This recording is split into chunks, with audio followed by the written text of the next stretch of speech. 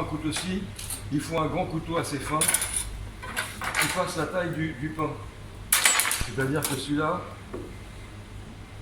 il n'irait pas assez. Il faudrait un couteau comme ça, mais qui est 10 cm de plus, donc voilà. Et celui-là, il n'irait pas non plus. Pour couper le pain surprise, on va d'abord découper le chapeau.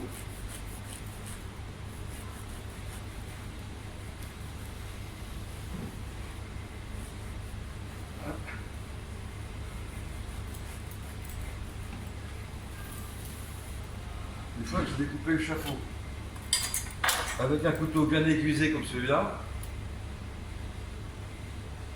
je vais l'enfoncer à quoi 1 cm à tout péter du bord, et je vais enfoncer bien droit. Là, je suis droit. Et je vais scier en restant toujours à 1 cm du bord.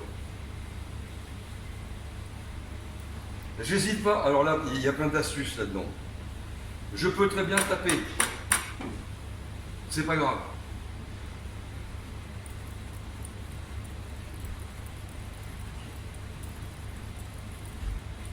Alors le couteau là il est trop grand évidemment. Mais il vaut mieux. J'ai que ça, j'ai pas de couteau qui pourrait être un peu plus court. Mais il faut une grande lame pour faire ça.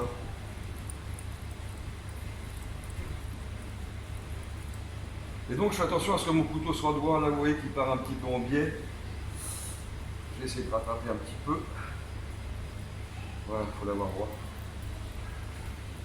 Pas grave, j'aurai un petit défaut, mais c'est pas dramatique.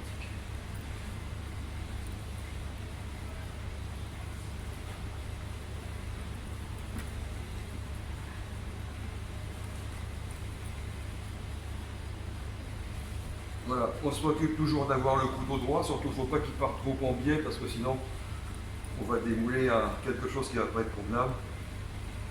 Et au bout d'un moment, on a fini par faire le tour.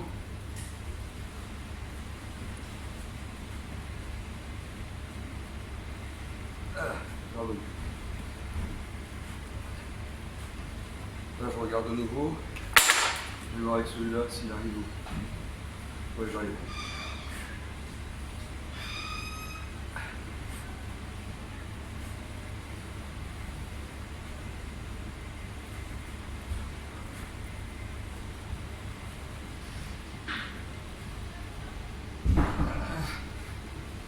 Ça y est, j'ai refait.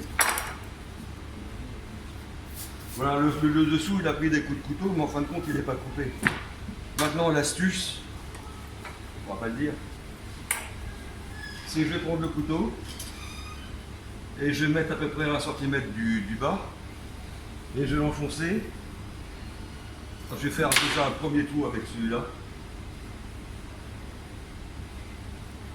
Voilà, je ne vais pas prendre celui-là parce que voilà, il faut que ça arrive au bout, évidemment. Donc c'est pour ça que ce grand couteau là il va être beaucoup mieux. Et je fais attention d'enfoncer plat. Et là j'ai ma main qui va sentir à un moment, bah tiens j'arrive, je suis là, je suis à la pointe. Donc j'insiste pas plus. Et voilà, je vais couper. Maintenant le couteau dedans il va faire ça. Je retourne, je remets au sens, et par le trou que j'ai fait, vous comprenez l'astuce?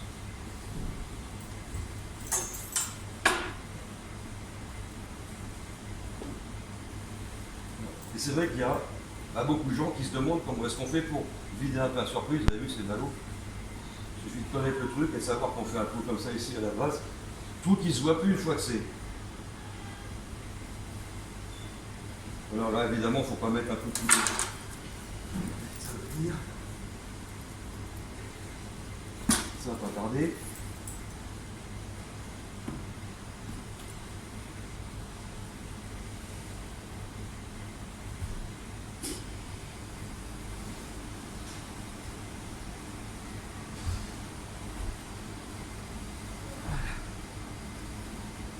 Ça, le pain surprise, c'est un bon produit. Là. C'est un bon produit financièrement, c'est intéressant.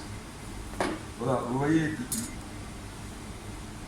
ça c'était quand j'avais le couteau un petit peu incliné. Bon, je ne vais pas m'en vouloir si j'ai un petit peu raté ça. Parce que voilà, ça me fait un peu une pyramide. Donc je vais devoir quelque chose de droit. C'est pas dramatique. Une fois qu'on a ça, on va tailler les tranches.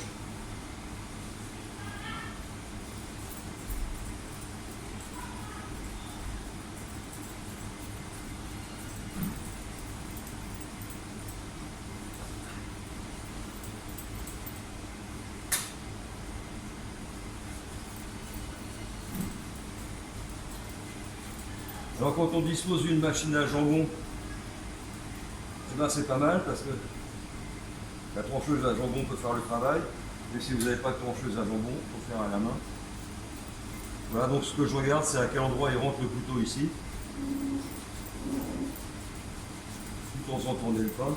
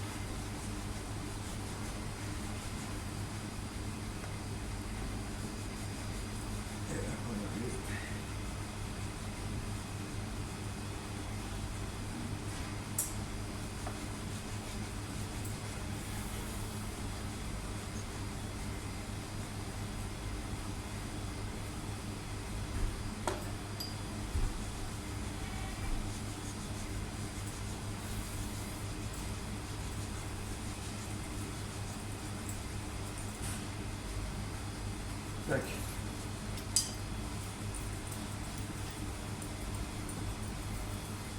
Alors, une fois qu'on a ça, on va répartir les tranches.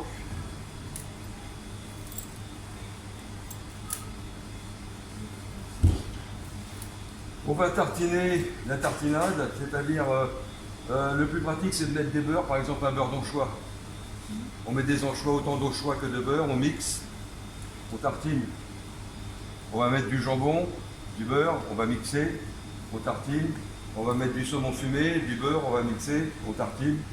Voilà. Il faut mettre des trucs qui se tiennent, parce que faire, dans l'idée, faire un sandwich avec du beurre et du jambon, par exemple, ce serait pas une bonne idée, ça va se démontrer dans le pain. C'est bon, vous m'avez suivi sur ce coup-là. Donc, voilà. Et puis après, on peut faire d'autres. Vous avez aussi beurre roquefort, avec des noix. Vous avez plein de beurre. Donc voilà, on tartine tout. Après, on remet le pain qui va dessus. Et quand on a ça, et bon, on fait une rustine. Et ni vu ni connu. Une fois qu'on a tout ça et qu'on a tout tartiné, on va remonter ces sandwichs. Comme ça. Et on va tout couper en même temps. Tac. Je coupe en deux. Je recoupe en deux. 2 et 2. Comme ça, on a 8 sandwichs par pain. Puis après, on va les disposer joliment dans le pain, sans les serrer. C'est-à-dire que là-dedans, vous voyez, ça fait 8 sandwichs. Mais dans le fond, je vais en mettre 7. Je vais faire des colonnes de 7, des étages de 7, pour que les gens puissent enlever. Parce que si on met 8, vous comprendrez, les sandwichs sont serrés. Et les gens, pour décoller les sandwichs, ils vont mettre les doigts dedans, ils vont trifouiller. Alors que si vous mettez 7, il y aura des petits espaces à chaque fois. Et ça permet que, ayant rempli le pain avec des étages de sandwich, il vous aura suffisamment pour faire une petite présentation, incliner les sandwichs tout pour tour. Et ce qui est agréable, c'est de mettre par exemple un petit bouquet de persil, quelques olives, un cornichon, 2 sardines noires, pour que le client, chez lui, quand il déballe, oh, il ait la surprise. La surprise. Ouais, je sais. Je sais, elle est facile celle-là, mais je l'aime bien. Mais je trouve que c'est sympa, voilà, que le client ici attend pas, et il a 2-3 trucs qui, voilà. Ça, dans l'idée, c'était pour la démonstration, pour la découpe. On peut vendre des pains comme ça à la clientèle. Ça m'est arrivé souvent de découper des pains dans cette idée-là. et de le revendre au client. Voilà, tout ça je vais le garder parce que les collègues en ont besoin. Voilà, on va remballer la nuit. Voilà. Tac. Voilà. Et de revendre le pain comme ça au client. C'est bon? Je vais faire le carré? C'est bon, vous avez 2 secondes? Ouais, j'essaie pas de me porter comme celui-là. Le carré c'est joli, ça fait un coffre. Donc même principe. Vous avez compris, on peut faire en rond, on peut faire en carré, on peut faire en rectangle. Là j'ai fait des décorations. Ici intervient tout ce que vous avez pris au niveau des décorations des pains. Voilà. Moi j'avais pas de pâte morte, j'avais pas le temps de faire de la pâte morte. Donc j'ai récupéré un peu de pâte feuilletée. Et finalement ça fait un décor vilain comme vous voyez là. Mais avec une jolie pâte morte, vous faites un superbe décor. Fantastique. Imaginez là-dessus, si j'avais fait comme des sangles, comme un coffre, vous savez, avec des lanières, des boucles, des poignées. Superbe. Donc pour celui-là, même principe. Vous voulez quelque chose, mon collègue? Non, il a déposé les feuilles de cours. Là, vous voyez que le couteau il peut descendre au fond. Donc je vais pouvoir prendre celui-là. Donc comme l'autre tout à l'heure, je suis à 1 cm du bord. Tac. J'hésite pas, si besoin, à taper. Hein, vous entendez peut-être, je tape la planche. C'est pas grave, ça va pas me déchirer le fond.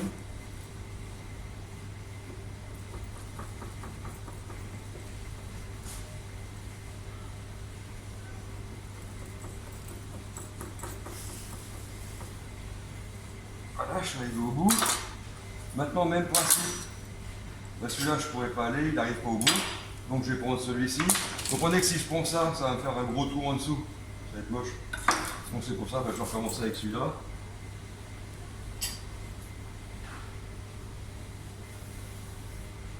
Je fais attention de l'enfoncer droit. Dès que je sens que ça pique ici, c'est bon, je vais traverser.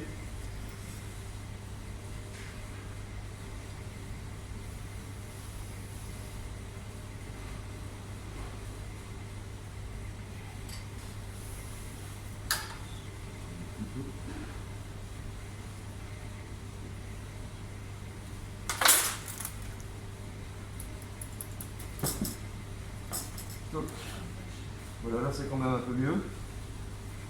Là, fond. Et puis on recommence. Hop, la même.